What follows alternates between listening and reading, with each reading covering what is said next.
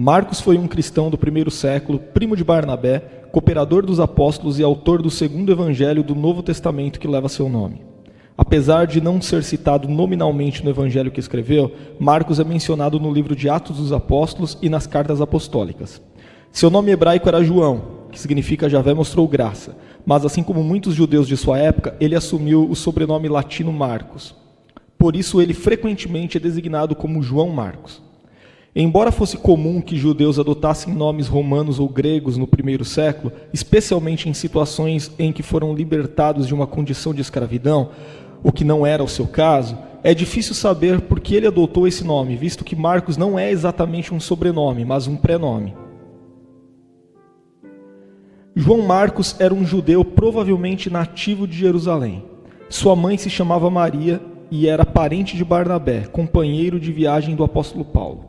Pelo fato de seu pai não ser citado nenhuma vez, é possível que Maria, sua mãe, já fosse viúva na época em que ocorreram os relatos narrados no livro de Atos dos Apóstolos. Aparentemente, João Marcos pertencia a uma família abastada, visto que a casa de sua mãe parecia ser grande o suficiente a ponto de servir de local de reunião da igreja primitiva, e possuía pelo menos uma criada por nome de Rode. Marcos foi levado por Barnabé e Paulo a Antioquia, e logo depois os acompanhou na primeira viagem missionária, servindo como auxiliar deles. Todavia, quando eles chegaram em Perge, na Ásia Menor, João Marcos resolveu abandoná-los e retornar a Jerusalém. Paulo e Barnabé continuaram a viagem sozinhos, porém o apóstolo Paulo nitidamente reprovou a atitude de Marcos e mais tarde, considerando-o um desertor, Paulo se recusou a levá-lo em sua segunda viagem missionária. Por outro lado, Barnabé não estava disposto a abrir mão de sua companhia, e diante desse impasse, Paulo e Barnabé resolveram seguir rumos diferentes. Barnabé continuou com Marcos e partiu para Chipre, enquanto Paulo levou consigo Silas e deu prosseguimento à sua segunda viagem missionária.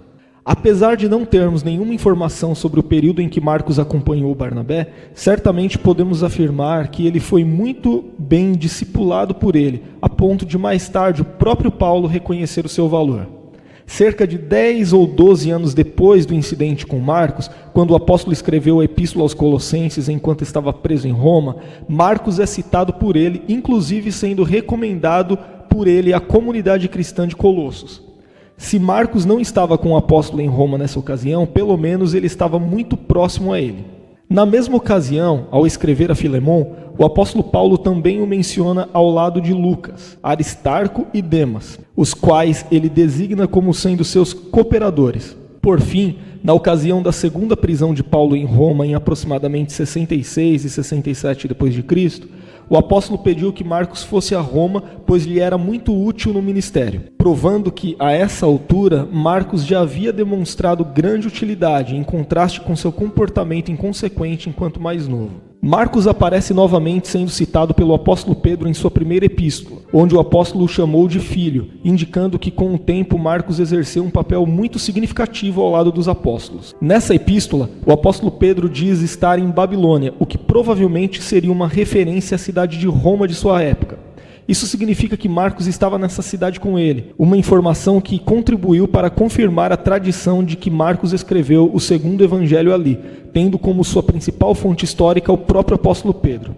Todavia, há uma grande dificuldade em se determinar uma data exata para a composição do segundo evangelho, o que pode indicar que Marcos talvez o tenha escrito num período mais próximo ao ano 40 d.C., antes mesmo de sua deserção na viagem missionária.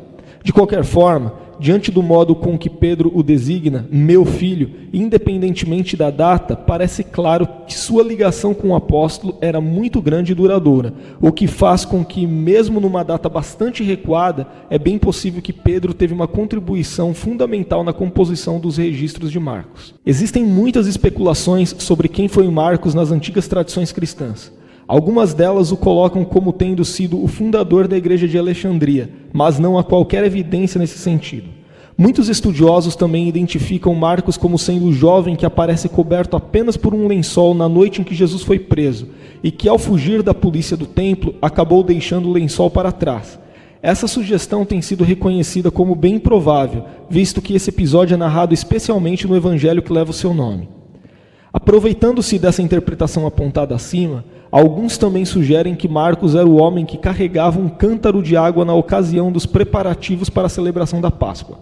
Outros propõem que talvez não tenha sido ele, mas seu pai, que na ocasião ainda estava vivo. Se essa hipótese estiver correta, então a casa em que Jesus celebrou a ceia foi a mesma casa de Maria mencionada no livro de Atos dos Apóstolos, que mais tarde acolhia os crentes de Jerusalém.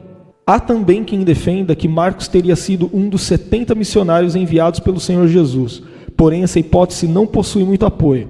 Também é verdade que algumas tradições apontam para um possível martírio de Marcos, mas não há nada que comprove essa suposição. Deixando as especulações de lado, o escritor William Hendrickson, em seu comentário do Novo Testamento, nos fornece uma excelente resposta sobre quem foi Marcos, ao dizer que ele não foi um grande líder ou um notável construtor, mas sim um seguidor e ajudador. Ele não era alguém sem defeitos, ao contrário, era uma pessoa que lutou contra as suas fraquezas e as venceu.